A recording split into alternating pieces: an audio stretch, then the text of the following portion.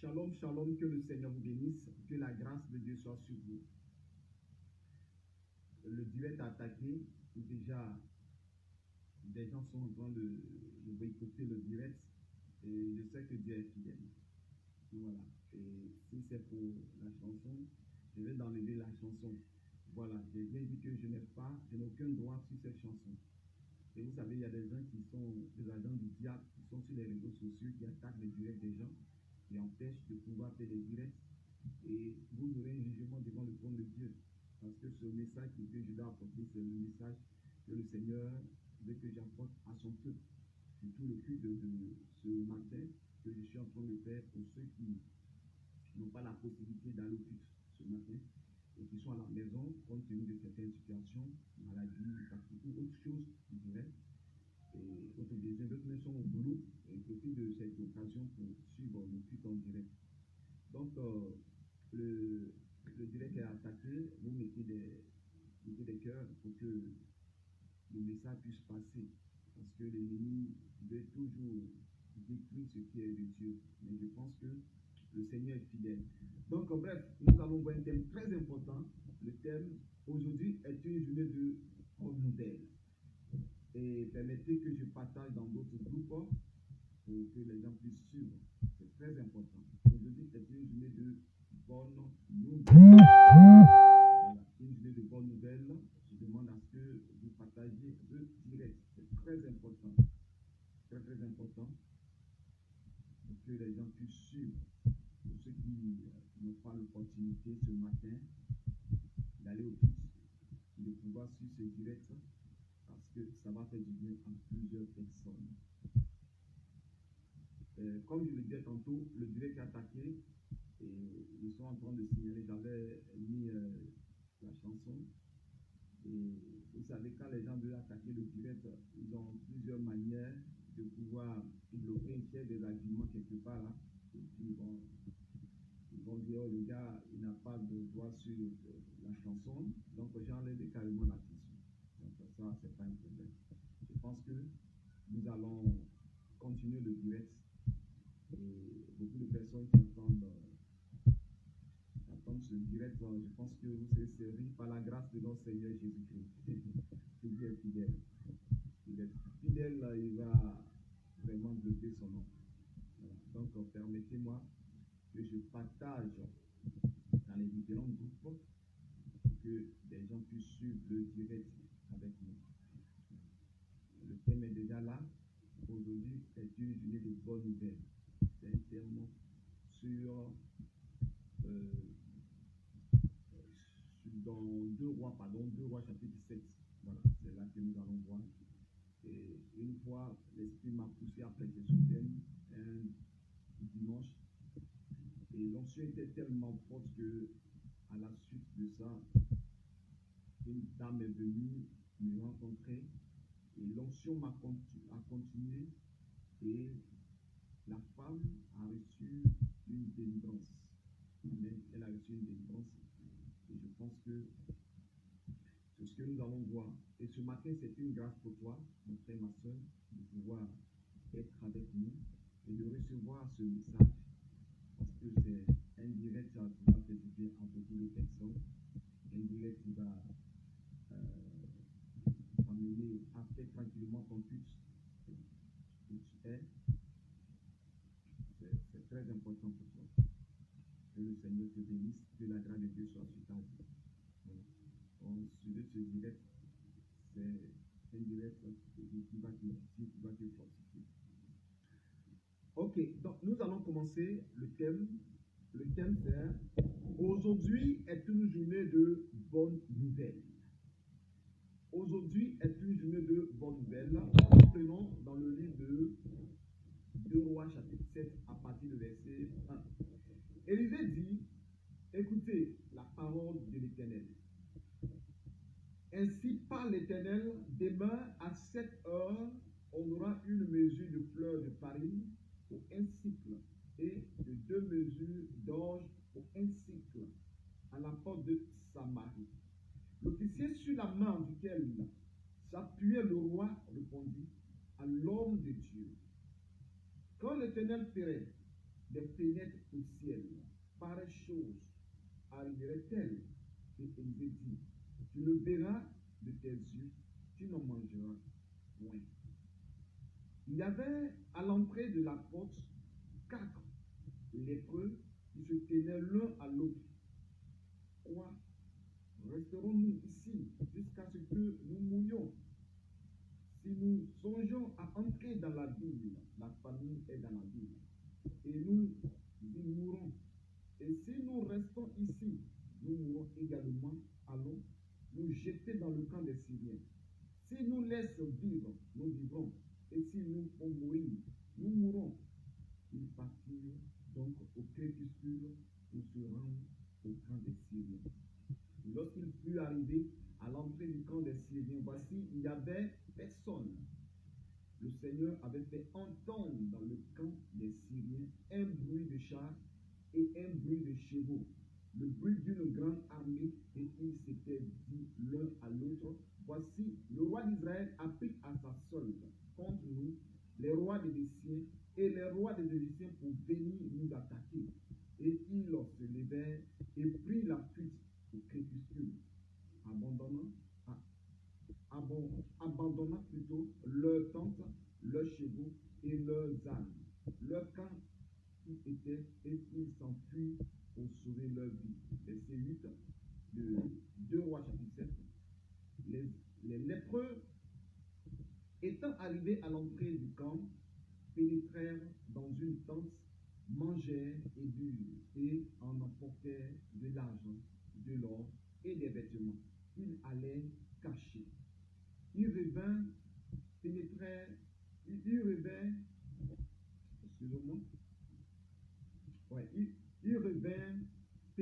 dans une haute tente et en emportaient des objets qu'ils allaient cacher.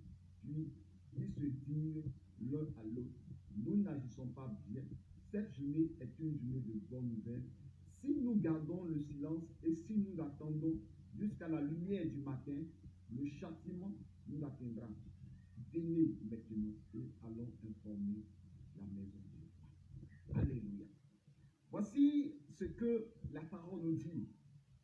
La parole nous déclare que ici, il y avait la famine dans la ville. Et cette famine était tellement forte que le peuple était dans une situation terrible. Et lorsque nous remontons dans le chapitre 6, il y avait 2 femmes. Et l'une a dit à sa voisine, en disant, voisine, puisque la famine est terrible, je pense que nous devons aller, nous allons nous entendre et nous allons manger ton fils. Et se sont entendus, vous voyez, la famille était tellement qu'il n'y avait pas de nourriture, il n'y avait rien. Quand c'est comme ça, c'est la sécheresse. Tout est sec. Et l'autre a accepté qu'on tue son enfant. Et l'enfant a été tué et ils ont mangé, c'est-à-dire comme des cannibales. Ils ont mangé la chair humaine parce qu'ils n'avaient rien à manger, ils n'avaient rien sous la dent. Donc, ils ont tué la chair, l'enfant de l'autre, ils ont mangé. Le lendemain, l'autre a dit, bon, puisque nous avons mangé ton enfant hier, fais sortir ton enfant, nous allons manger. Ça, c'est pas sorcellerie, c'est pas une sorcellerie. C'est vis-à-vis, comme on le dit ici, en Côte d'Ivoire. C'est-à-dire la chair humaine, ils ont découpé, c'est pas physiquement, et ils ont mangé. Donc le lendemain, l'autre a dit, bon tiens, puisque nous avons mangé toi, ton fils, donne-moi pour toi, nous allons manger. Envoie pour toi, nous allons manger. Et la parole de Dieu nous dit que au moment que l'autre a dit ça, l'autre femme a pris son enfant et a caché son enfant. Quand elle a caché son enfant, l'autre avait mal et elle a commencé à pleurer et elle est partie vers le roi pour dire voilà ce qui est arrivé. Et nous sommes dans la ville et cette femme, la voisine que vous voyez, nous avons mangé ensemble mon fils. Et puisque son tour est arrivé, elle a caché son fils. Donc quand le roi a entendu cela, du jamais vu, jamais entendu en Israël, et du coup, il a déchiré son vêtement. Et quand il a déchiré son vêtement, il est monté, il a porté le sac. Et il est rentré dans une situation de deuil. Et du coup, tout le peuple d'Israël a su qu'il y a un problème. Et ils se sont approchés. Et le roi a dit, mais Écoutez, regardez ce qui se passe en Israël. Et vous voyez que quand cela arrivait, il y avait un prophète. Le prophète Élisée était dans la ville. Je suis en train de donner un enseignement sur le ministère du prophète. Comprends le ministère du prophète. Comment se fait-il qu'il y a un prophète dans la ville et puis il y a des gens qui mangent la chair humaine? Comment se fait-il qu'il y a un prophète dans la ville et il ne prophétise pas pour qu'il y ait la nourriture, il ne déclare pas des paroles pour libérer le peuple? Vous voyez? Donc, cela, le roi même était tellement en colère. Et quand la parole est venue aux oreilles du prophète Élisée, Élisée a dit, demain, à la même heure, nous aurons de la nourriture devant la porte de Samarie. Écoutez ce qu'Élisée dit. 2 Rois chapitre 7, verset 1. Ainsi parle l'Éternel, demain à cette heure, on aura une mesure de fleur de farine pour un cycle et de 2 mesures d'orge pour un cycle à la porte de Samarie. Vous voyez que automatiquement, Élisée va prophétiser pour dire qu'il y aura de la nourriture. Et il y a un officier qui est avec le roi. Il a commencé à se moquer. Il dit, mais écoutez, même si Dieu, Élisée, ton Dieu que tu adores, ouvrait les fenêtres dans le ciel, ce que tu viens de prophétiser là, ça ne va pas arriver.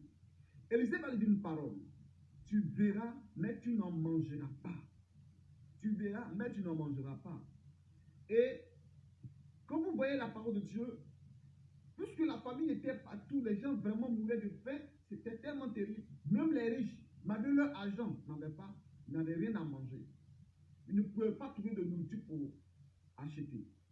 Alors que il y avait à côté de un autre peuple, amen, les Syriens qui étaient à côté et qui avaient la nourriture. Et il avait la nourriture en abondance, ils mangeaient bien leur pain. Bon, les gens qui sont en bonne santé, qui ont l'argent, qui sont valides, n'avaient rien à manger. Et les lépreux qui sont à la porte de Samarie, qui mendiaient, eux aussi n'avaient rien à manger. Et ils voyaient que c'est plus la peine, ils ont pris la décision pour dire, bon tiens, si nous rentrons dans notre cité, la ville là-bas, il n'y a rien à manger. On va mourir de faim. Si nous restons ici, on restera aussi dans la faim. Donc ce qu'on va faire, nous allons partir chez les Syriens. Et ils ont la nourriture. En tout cas, si nous laissent vivre, tant mieux. Mais ils ont la nourriture. Si nous tuent aussi, de toute façon, si on reste ici, on va mourir de faim. Mais là-bas, au moins, si peut-être avant de mourir, on peut manger un peu avant de mourir. Et puis, les lépreux, excusez-moi, les 4 lépreux sont partis.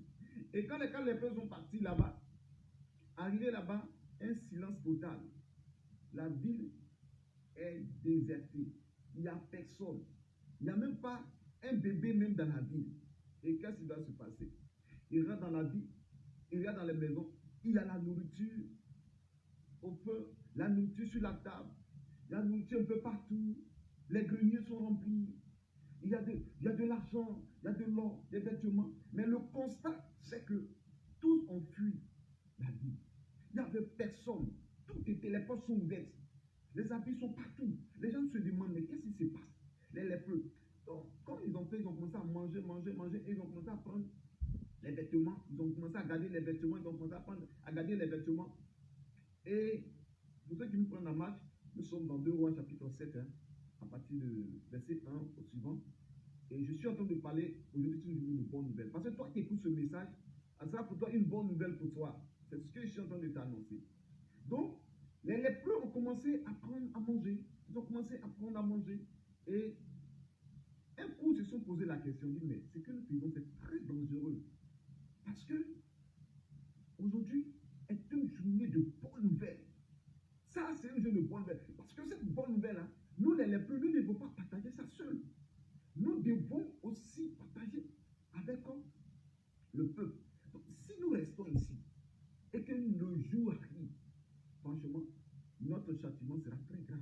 Donc, il faut que nous allions vers le peuple, vers le roi pour lui dire, il y a de la nourriture chez les Syriens. Et ils sont partis, puisque c'est une bonne nouvelle, il y a la nourriture. Arrivés là-bas, ils sont partis voir le roi. Le roi dit non, ça doit être un piège. Ceux qui sont autour du roi ont dit non, ça peut être un piège. Parce que les gens, merci bien pour ceux qui mettent les j'aime, le cœur, parce que le premier a été attaqué, quand il y avait la musique, ils ont coupé ça. Donc, mettez beaucoup de cœur pour que nous puissions continuer. Parce que quand je fais les versets, c'est beaucoup attaqué. Donc, bien aimé, on a besoin des cœurs. Bien aimé, voici que les lépreux sont partis voir le roi. Et le roi a dit non, ça c'est un piège. Ils savent que nous, on n'a rien à manger. Et notre situation ici, c'est une situation terrible. Donc, je pense qu'il faut aller voir si ils ne sont pas partis se cacher quelque part pour faire un embuscade pour nous atteindre. Et le roi a dit, bon, ils ont pris des gens, ils ont marché. Et au fur et à mesure qu'ils partaient, ils voyaient des vêtements. Ils ont fait au moins 2 jours de marche. Ils sont partis très loin. Même s'ils vont revenir, même ce n'est pas le même jour qu'ils vont revenir. Ils sont partis, mais ils n'ont trouvé personne. Et ils voient qu'au fur et à mesure, les vêtements tombaient, ils marchaient. Non, écoutez, ils sont revenus, on dit, mais écoutez, ils sont partis. Et alors, Dieu va révéler au prophète Élisée, et le Seigneur va parler. Et les gens vont se souvenir que le prophète a prophétisé en disant que demain, à la même heure, on aura de la nourriture à la porte de Samarie. On aura le peuple d'Israël, on aura de la nourriture. Le prophète a prophétisé. Puisqu'il y avait la famine dans la ville, les gens ne croyaient plus au prophète. Jusqu'à ce que, comme je viens de le dire tout à l'heure, dans le message, les gens se disaient, mais écoutez, il y a un prophète, mais on meurt de faim. Il ne prophétise pas, il ne dit rien, Dieu ne lui parle pas. Lui, là même, Dieu l'a quitté. Mais quand le prophète a prophétisé, l'officier a dit que prophète, ce que tu viens de dire dans ce désert-là, on ne sait même pas, même si on fait des kilomètres, une semaine, 2 semaines, là, on ne pourra pas avoir de nourriture. Et puis tu dis demain. Élisée lui a dit, tu ne verras, mais tu ne mangeras pas. Donc quand les gens sont partis, les soldats sont partis et ils sont revenus, ils ont vu qu'ils ont fui la ville, il n'y a personne. Mais s'ils veulent revenir, ce n'est pas question de 2 ou 3 jours qu'ils peuvent revenir. Donc, ils se sont dit quoi? Ok, allez-y, pillez. Oh non, les gens avaient faim. Chacun courait, chacun partait. L'officier qui a dit cela n'arrivera pas. Le roi va lui donner l'ordre. Il dit, bon, tiens-toi à la porte et regarde ceux qui vont rentrer et veille sur ça. De toute façon, si même tu n'as pas pu avoir aussi, le roi a sa part. Et la part du roi, c'est pour toi. Donc, lui, il était content, il était à la porte, il va faire parce qu'il a eu le roi. Le roi n'en fait jamais dessus, c'est le roi qui a la grande partie. Et le roi va lui donner, il sait comment il sait le roi, en tout cas, lui donne beaucoup de faveur. Donc, il était arrêté à la porte. Lui, il s'est dit que cela n'arrivera pas. Ton Dieu que tu éloues là, même si vous devez porter dans les cieux là, tu ne descendras pas. Alors, il s'est mis à la porte. Et les gens qui avaient faim, les gens qui étaient dans des mois, mais les gens l'ont bousculé. Il était à la porte, ils l'ont piétiné, il est mort sur le champ. Il a vu la nourriture, il a vu les chevaux, il a vu l'or, il a vu les vêtements. Mais ses yeux ont vu simplement. Mais il n'a pas mangé, il n'a pas porté, il n'a pas pu bénéficier parce que les gens l'ont écrasé. Ils ont marché sur lui et il est mort. Bien aimé, je te dis une chose, cette parole. Dieu libère une parole dans ta vie, une grâce particulière est sur toi. Une prophétie est sur toi. Tu as fait un songe pendant des années. Et que ce songe-là, tu ne vois pas l'accomplissement. Et les gens pensent que ce que tu as dit ne va pas se réaliser. Les gens pensent que les prophéties sur ta vie, ton ministère, ta marche avec Dieu, les affaires que tu es en train de faire, ça ne va pas marcher. Parce qu'on ne voit rien de concret dans ce que tu fais. Mais ces personnes verront, mais ils ne bénéficieront pas, comme cet officier. Il a vu l'argent, il a vu l'or, il a vu les vêtements, mais il n'a pas pu bénéficier, il est mort. C'est pourquoi certaines personnes seront loin. Ils entendront que Dieu t'a élevé, ils entendront que Dieu t'a béni, mais ils ne pourront jamais s'approcher. Ils verront de loin, ils te verront dans ta voiture passer, ils ne pourront pas. Parce que ça dépend de ce qu'ils ont dit sur toi. Ça dépend des paroles qu'ils ont prononcées sur ta vie. Des malédictions qu'ils ont lancées. D'autres ont tapé la poitrine pour dire, lui là, s'il a réussi, non, c'est que c'est moi-même là. C'est que moi-même là, je serai multimilliardaire. Mais un jour, il voit que tu as réussi. C'est comme ça, le prophète a prophétisé. Il a dit que, oh, ton Dieu là, il ment. Et toi-même, tu mens, tu es un faux prophète. Cela s'est réalisé. Mais en fait, qu'est-ce qui s'est passé? La parole de Dieu nous dit que Dieu qui savait que les enfants d'Israël étaient dans la faim et il n'y avait pas de situation. Lorsque le prophète a libéré une parole pour dire que demain, à la même heure, Dieu a entendu la parole du prophète. Le prophète a déclaré la parole, Dieu a entendu la parole du prophète. Dieu sait, peut-être que tout ce temps, le prophète priait. Et c'était le jour où Dieu l'avait exaucé pour dire que bon, ok, demain il y aura de la nourriture. Et le prophète a prophétisé. Les gens n'ont pas cru. Bien aimé, que Dieu va prendre l'armée céleste, les saints anges, pour ceux qui ne croient pas au ministère des anges. Dieu va faire secouer le ciel avec l'archange Michel à sa tête et des cris de guerre, une multitude de personnes qui criaient, qui venaient et qui combattaient. Avant, on entend des épées, pam, pam, pam, pam. Les gens écoutaient, des chars, des chevaux qui sont de galoper, qui venaient. Le roi syrien et puis tout le monde, dans la nuit, on dit qu'il a attendez.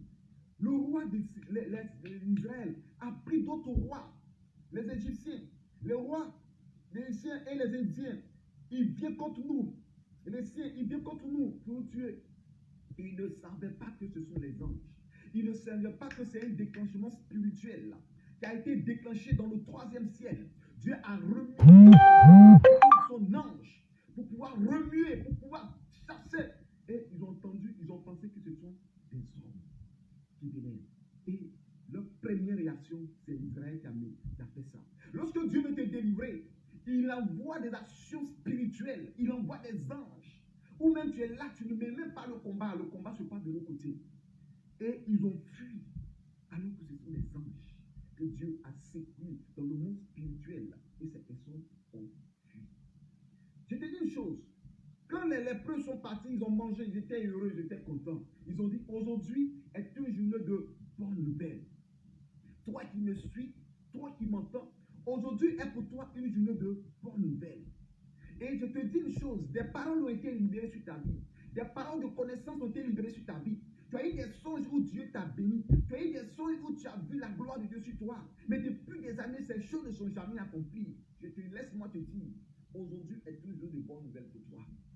Si tu saisis cette parole, que tu écoutes, parce que les lépreux qui étaient partis, qui n'avaient ni main, ni rien, ils ont saisi la parole prophétique. Et cette parole a été accomplie dans leur vie. C'est une journée de bonne nouvelle pour toi. Une journée de grâce. En ce jour, ce dimanche, à l'heure où tu m'écoutes, que ce soit la date aussi que tu m'écoutes, c'est une journée de bonne nouvelle. Si tu crois à cette parole, dis Amen, parce que tu reçois la grâce de Dieu. C'est pourquoi Jésus est venu. Il a dit, il est venu pour apporter une bonne nouvelle aux pauvres. Parce que quand tu reçois la bonne nouvelle de Dieu, laissez-moi vous lire ça dans le livre de Luc. Je lis ça parce que c'est très, très, très intéressant. Dans le livre de Luc, chapitre 4, verset 18, Jésus a dit, l'Esprit du Seigneur est sur moi, parce qu'il m'a oint pour annoncer une bonne nouvelle aux pauvres. Vous voyez, les lépreux sont venus annoncer une bonne nouvelle. La bonne nouvelle, c'est quoi? C'est que les gens étaient dans la faim pendant des mois. Et là, ils ont reçu la nourriture.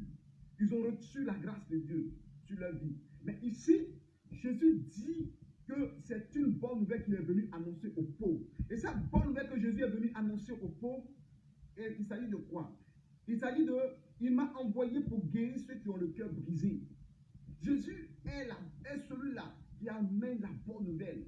L'image des anges qui est venu dans le ciel est le signe de la délivrance du peuple d'Israël. Et Jésus aussi est venu dans ce monde pour délivrer ceux qui ont le cœur affligé, ceux qui sont malades, ceux qui souffrent, ceux qui n'ont pas de situation. Et il est venu, il dit, pour guérir ceux qui ont le cœur brisé. Il y a des personnes qui ont le cœur brisé. Ton mari est décédé, tu as le cœur brisé, ta femme est décédée, tu as perdu un membre de ta famille, ton enfant, tu traverses des moments difficiles, ton cœur est brisé, et ton foyer est brisé, et tu ne sais pas quoi faire. Jésus est venu pour guérir ce cœur. Reçois la guérison de ton cœur ce matin. Reçois la guérison de ton cœur ce matin. Et la parole de Dieu nous dit, il dit que pour proclamer aux captifs la délivrance. Parfois, tu es dans une situation de captivité, de maladie. Tu es captivité de l'esprit de mort, l'esprit de maladie, de tout ce qui est de souffrance du monde de la sorcellerie.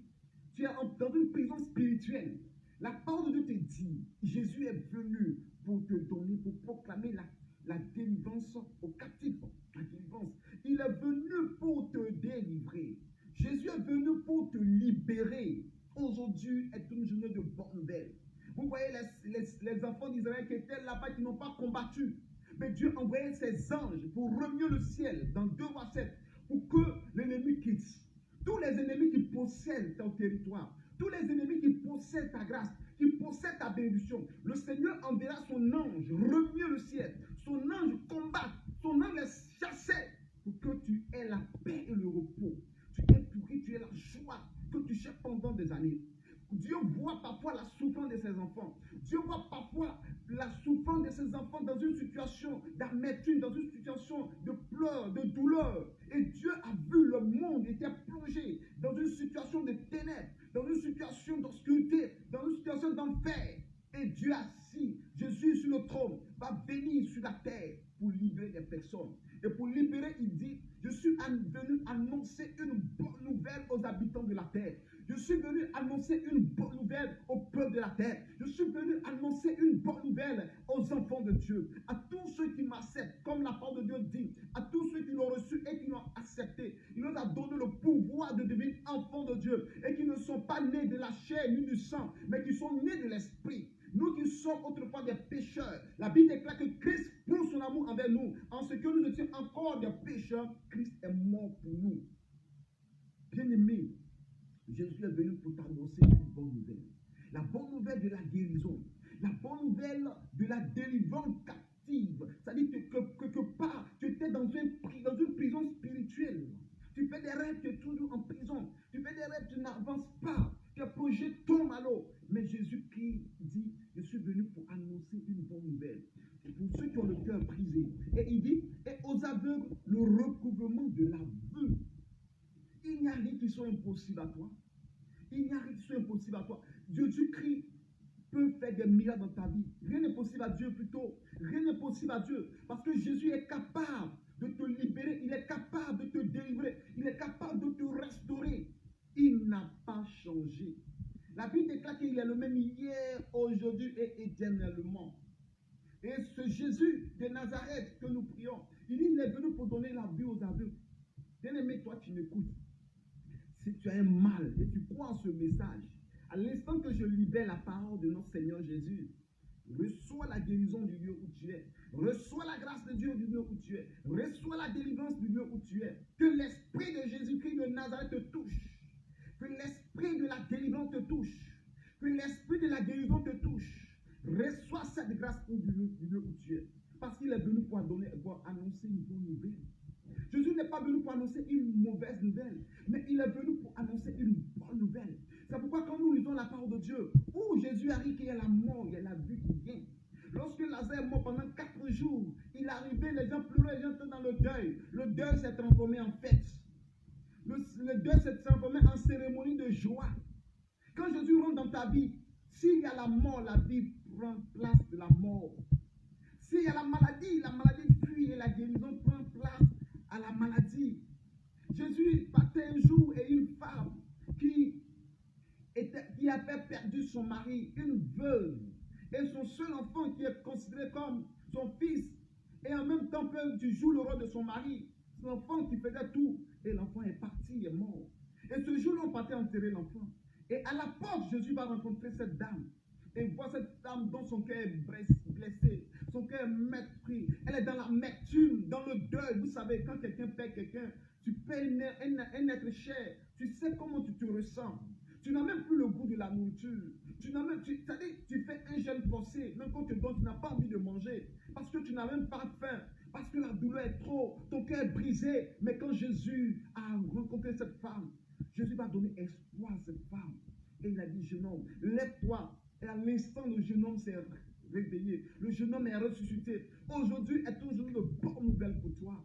Aujourd'hui est une journée de bonne nouvelle pour toi. Il n'y a rien qui soit impossible à Dieu. Et cette femme a reçu le sourire. Cette femme a reçu son enfant revenu à la vie. Vous savez, quand Jésus ressuscite lui-même, nous on peut ressusciter des morts, c'est vrai. Mais lui-même en son temps, quand il ressuscite un mort, il n'y a pas de défaut, il n'y a rien. La personne devient encore plus vivante. Aujourd'hui, ça existe. Mais imaginez Jésus lui-même dans sa présence. Il est là, et puis le mort revient à la vie. Vous comprenez? Et cette fois, Jésus a donné la joie à cette femme. Et vous voyez cette jeune fille. Vous savez, Jésus a ressuscité des types de personnes. Quand on prend le Lazare, ça doit être un père de famille. Nous prenons cet enfant-là. C'est un enfant. Et encore un enfant de 12 ans que Jésus va ressusciter. Son père, sa mère pleurait. Mais quand Jésus est rentré dans cette maison, il dit cette jeune fille dort. Les gens disent, mais c'est pas possible. Comment tu peux dire que quelqu'un dort? Mais lui, il a même écouté. Il a quel problème? Mais Jésus est rentré, il dit, jeune fille, Talita Koumi, Lève-toi. Elle a commencé à marcher. Donnez-lui à boire à manger. Et la fille a commencé à manger. Tout le monde a commencé à croire en lui. Je te dis, mon frère, ma soeur, je te dis qu'il n'y a rien qui soit impossible à ce Dieu que tu as accepté, à ce Dieu que tu suis, à ce Dieu que tu crois. Il est capable de tout. Il est capable de tout changer dans ta vie. Et lorsque nous continuons le passage, il dit, pour renvoyer libre les opprimés, pour publier une année de grâce du Seigneur. Vous voyez, c'est ce que le Seigneur fait, une année de grâce du Seigneur. Bien aimé, quand j'ai prêché ce message pour la première fois, c'était des années en arrière, je crois en 2004, 2005 par là. Et quand j'ai prêché ce message, l'onction était tellement sur moi que je suis parti à la maison. Vers 16h, une dame, un dimanche, une dame est venue qui n'enfantait pas. Et pardon, j'étais enceinte de 13 mois de grossesse. Elle n'arrivait pas à enfanter. Elle n'arrivait pas à accoucher plutôt. Elle n'arrivait pas à accoucher. Elle est partie voir les marabouts. À ce moment, elle n'était pas convertie. Elle est partie voir les marabouts. Ils ont dit non, c'est les sorciers qui ont taché ton ventre, donc tu t'es difficile d'accoucher. Elle est partie dans un lieu de prière aussi. C'est les mêmes prophéties qui sont sorties. Effectivement, ce n'était pas faux. On dit non, les sorciers ont taché ton ventre. C'est seulement, il faut des actions de grâce, il faut des sacrifices, tout ceci, cela. La femme avait, je dis bien, 13 mois de grossesse. Écoutez-moi bien. Je n'ai pas dit 8 mois ou 9 mois. Parce qu'une femme, selon le plan de Dieu, la femme, à partir de 9 mois, quelques jours, de 9 mois juste, la femme accouche. À moins que ça soit une fausse couche ou bien une naissance, un bébé prématuré, à moins de 8 mois, 7 mois, il y a des cas comme ça. Mais je veux parler du temps normal. À partir de 9 mois que tu n'as pas accouché, il y a un problème. 9 mois, 10 jours, on peut comprendre. Jusqu'à 10 mois par certaines personnes ou plus, on peut dire bon, ça peut arriver. Mais la femme a fait 11 mois. Elle a fait 1 an de grossesse, 1 an, 1 mois de grossesse. Elle n'arrive pas à accoucher. Quand elle est arrivée, c'était le thème que j'avais prêché. Aujourd'hui, elle est devenue de bonne nouvelle. Quand la femme a expliqué son cas, l'onction de Dieu, l'esprit prophétique, l'onction m'a rempli automatiquement. Et je l'ai regardé, je l'ai poussé, et dit, madame, aujourd'hui est pour toi une bonne nouvelle. Aujourd'hui, tu vas accoucher. Quand j'ai libéré cette parole, j'avais une foi authentique, une foi pour dire que 13 mois de grossesse, Jésus a dit que cette femme va accoucher. Et je lui ai dit, madame, allez-y. J'ai prié pour elle, il faut partir. Que je te dis que si tu ne fais pas attention, tu risques d'accoucher en route, seule plutôt. Et elle est partie à la maison. Et le lendemain, je ne l'ai pas vu. Une semaine, je ne l'ai pas vu. Vous savez, le diable vient me siffler à l'oreille pour dire, tu vois, tu es un faux prophète. Le diable savait ce qui est arrivé, mais il veut amener ma foi à douter et à douter de mon Dieu. Il dit, tu es un faux prophète. La femme n'a pas accouché, tu as vu? Tu as bien n'a pas accouché, tu as prophétisé, tu as dit c'est quelle bonne nouvelle. Et bien aimé, un jour j'étais assis là, je vois une femme qui venait. Et c'est quelqu'un qui l'avait orientée, parce que je ne la connaissais pas trop. Elle venait avec un bébé, elle était toute souriante, elle était heureuse, et elle va me rendre un témoignage. Elle dit, homme de Dieu, tu es un prophète de Dieu. Quand je suis venu, que tu as parlé de ce message, que tu as prié pour moi, effectivement, quand je suis arrivé à la maison, dès que j'ai suis quitté ici, j'ai commencé à sentir les douleurs de l'enfant. Je suis arrivé, je vous dis que c'était 16 et 17, elle a quitté à la maison, elle est 18 heures. Et elle est arrivée à la maison là-bas. Et la grossesse, l'enfant commençait à tourner dans son ventre. L'enfant de grossesse de 13 mois. L'enfant commençait à tourner dans son ventre.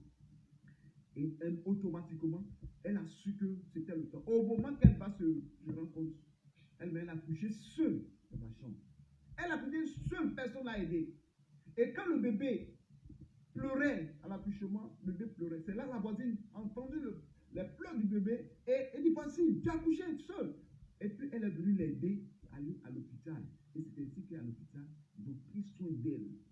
Et quand ils ont pris soin d'elle, elle a accouché. En tout cas, tout s'est bien passé. Et elle a rendu le témoin pour dire que prophète, le Dieu que tu adores est le véritable Dieu, Jésus-Christ de Nazareth. Elle a rendu son témoignage. Alléluia. Donc, il n'y a rien qui soit impossible à Dieu. Il n'y a rien qui soit impossible au Dieu que tu pries, au Dieu que tu adores. Il est capable de tout. Il est capable de te délivrer. Il est capable de te libérer. Il est capable de t'exaucer. Il exauce, il libère, il guérit, il restaure, il donne la vie, il donne la santé, il donne la délivrance. Jésus-Christ de Nazareth. Et un jour, encore, comme je le dis, c'est une bonne nouvelle pour toi, une journée de bonne nouvelle. Aujourd'hui, je sais que c'est une très bonne nouvelle pour toi. Tu as un mal quelque part. Je te dis, tu reçois la guérison dans tout tu es. Tu as un problème que tu traverses, un souci qui te fait réfléchir. Mais je te dis que ce souci s'arrête dans le nom puissant de Jésus-Christ. La base de cette souffrance que tu traverses, ça s'arrête dans le sang précieux de Jésus-Christ. Bien-aimé en Christ, une fois, il y a une sœur qui est tombée dans le péché. Excusez-moi. Une femme qui est tombée dans le péché, elle est tombée enceinte et elle a fait un avortement. Mais comme Dieu voulait la punir, elle n'arrivait pas à accoucher. Donc, l'enfant était mort dans son ventre et l'enfant n'arrivait pas à sortir. Arrivé à l'hôpital, les sages-femmes aussi, vous savez, il y a des sages-femmes qui ne jouent pas. Toi, tu as accouché, puis toi, tu n'es pas avortement, elle était couchée là. Les sages-femmes ont fait leur possible pour que l'enfant sorte. Rien. Non, mais c'est comme ça. Du matin jusqu'à 18h, 19h, bien aimé. C'est ainsi qu'elle m'a appelé au téléphone. En ce moment, j'étais sorti. Je suis parti dans le quartier et m'a dit, ah, en fait, vraiment, j'ai mal au ventre, ça ne va pas, voilà. Arrivé là-bas, je suis arrivé, elle m'a appelé vers les 16h, 17h. Et je suis arrivé là-bas vers les 18h, 19h. Et je me suis approché. Et je lui ai demandé après, non, elle a confessé, non, j'ai fait un avortement, l'enfant ne pas sortir, vraiment, voilà. Quand j'ai posé ma main, j'ai dit, oui, Seigneur, pardonne-lui ses péchés. Tout ce qu'elle a fait. Pourtant, ça a reçu sur la vie. D'abord, je demande la permission au sage-femme, je m'a appuyé sur son passeport, et je suis parti. Quand j'ai posé la main, dès que j'ai dit, bon, ok, je m'en vais à la maison. À la porte, il dit, homme de Dieu, le bébé, c'est le bébé qui se met tomber. Et Dieu disait, oui, parce que l'enfant vient de mourir dans son vie. Il dit, Dieu, vous savez, Dieu pardonne. Dieu pardonne, Dieu lui a pardonné ses péchés. L'enfant est sorti, il a eu la vie sauve. Mais je ne vous dis pas d'aller faire des avortements pour dire à un homme de Dieu de nous prier pour toi. Non, oui. Parce que la Bible dit tu ne tueras point. Il ne faut pas tuer. Parce que si tu tues, ce n'est pas bon. Tu risques d'aller en enfer. Bien aimé, c'est là que je vais m'arrêter. Je pense que ce message que tu viens d'entendre est une journée de bonne nouvelle pour toi. Je vais prier pour tous ceux qui ont suivi ce message et qui ont pris en direct, ceux qui n'ont pas pris en direct, qui sont pour le suivre.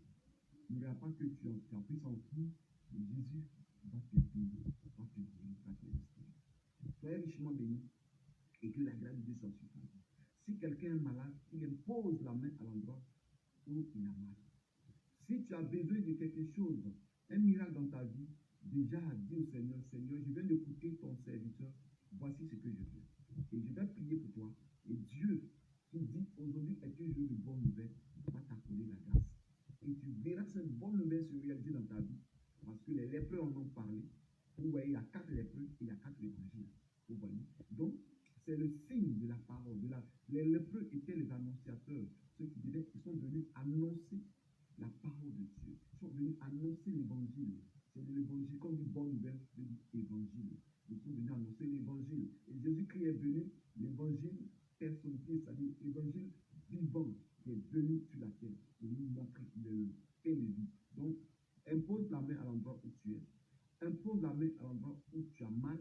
Et Jésus-Christ de Nazareth va te guérir, va te libérer. Et tu as un souci, tu as un problème.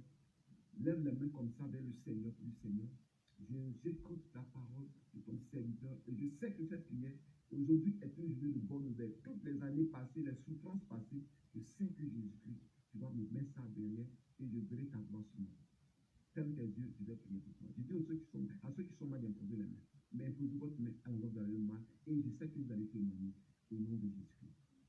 Seigneur, je prie pour tous ceux qui sont malades, tous ceux qui ont mal quelque part.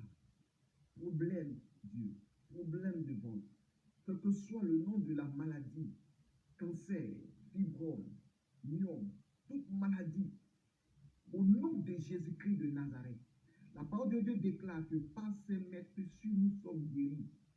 Et la parole dit encore, il envoya sa parole et les guérit. La parole déclare encore que la parole de Dieu court avec vitesse, avec rapidité. Je libère cette parole à partir de l'écran. À partir, Seigneur, de cette page, au nom puissant de Jésus-Christ, au nom de Jésus, reçois la guérison maintenant. Reçois la délivrance du lieu où tu es. Je chasse la maladie dans ton corps. Au nom de Jésus-Christ, que le sang de Jésus-Christ te guérisse. car la Bible déclare que par ses maîtresses, nous sommes guéris. Elle déclare encore qu'à cause du sang de l'agneau, à cause du sang de l'alliance, je délivrerai tes captifs dans la force où il n'y a point d'eau. Au nom de Jésus-Christ de Nazareth, libère des âmes emprisonnées, libère des âmes liées dans le monde des ténèbres, libère des âmes liées dans le monde de la sorcellerie, guéris les malades, ressuscite les morts, apporte la vie à des enfants. À l'instant où je suis en train de prier, je vois un enfant, un bébé qui est malade. Maman, impose la main sur ton enfant. Et à l'instant où je prie maintenant, que la puissante main de Dieu le dégage. L'onction libère. Ouf, je vois la puissance de Dieu qui rentre dans l'écran, qui rentre une force, qui rentre dans toi. Ton enfant reçoit la guérison maintenant où ton enfant est là. Au nom puissant de Jésus. Ce bébé reçoit la guérison. Je vois un bébé couché. Et maman impose la main sur ton enfant. Au nom de Jésus-Christ de Nazareth, reçois la guérison dans le nom puissant de Jésus-Christ. Je prie que cet enfant retrouve la délivrance totale et que cet enfant qui n'arrive pas à manger, cet enfant qui chauffe, à partir de l'instant, la guérison vient dans la vie de cet enfant au nom puissant de Jésus-Christ. Je prie pour tous les malades qui sont dans les hôpitaux, les malades qui sont dans les maisons, les malades qui sont partout, que la puissante main de Dieu les touche, que l'onction de Dieu les touche, au nom puissant de Jésus-Christ de Nazareth. Guéris ces malades, ressuscite la mort, apporte la vie au nom de Jésus-Christ.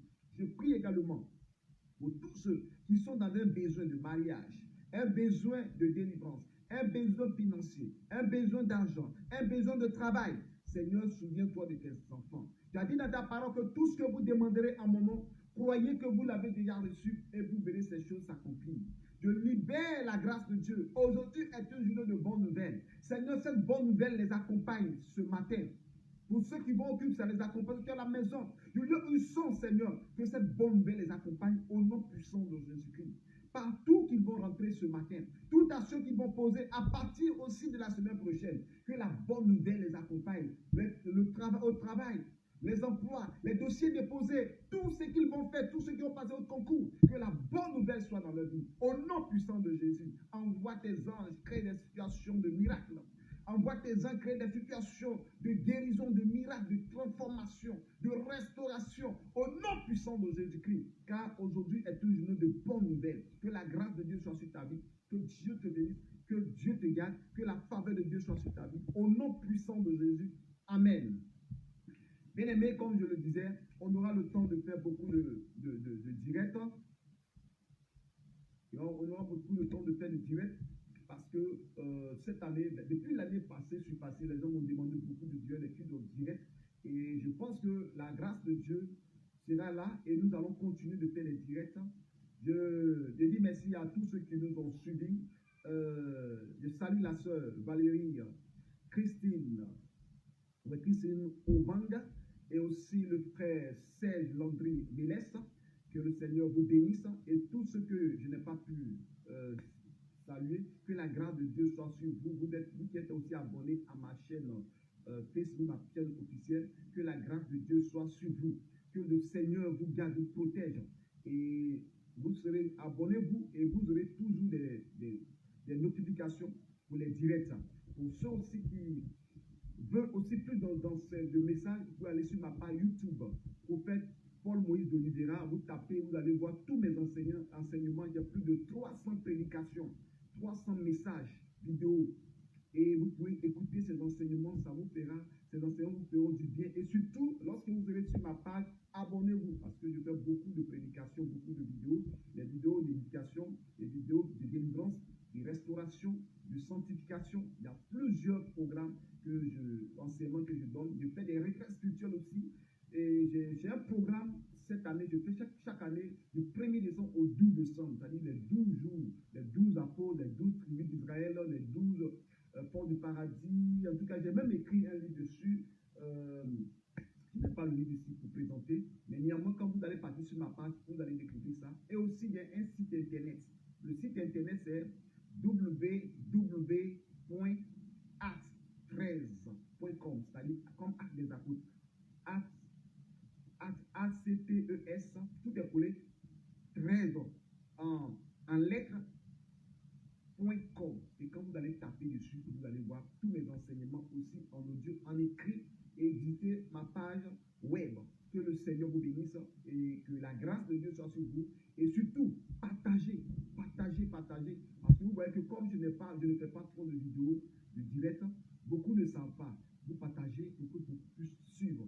Moi, ce n'est pas le nombre de personnes que je regarde, mais ceux qui sont disponibles pour écouter et suivre les vidéos, ce qui est important. Mais toi aussi, tu dois partager les vidéos, tu dois partager les messages pour que les gens puissent voir et comprendre. Shalom à vous, que Dieu bénisse votre journée et que cette journée soit pour vous une journée de bonnes nouvelles. Selon 2 Rois chapitre 7, que nous venons de voir la prophétie d'Élisée et aussi notre Seigneur Jésus-Christ qui a dit aujourd'hui, il est venu pour nous annoncer une année de grâce, une année de bonnes nouvelles. Que Dieu vous bénisse. Shalom. Et nous aurons aussi des directs encore à partir de minuit et ça va dépendre de l'heure 22h minuit parce que ici il y a un problème de connexion. Je ne suis pas sur Abidjan et ça fait que la connexion balance. Dieu vous bénisse. À la prochaine. Shalom.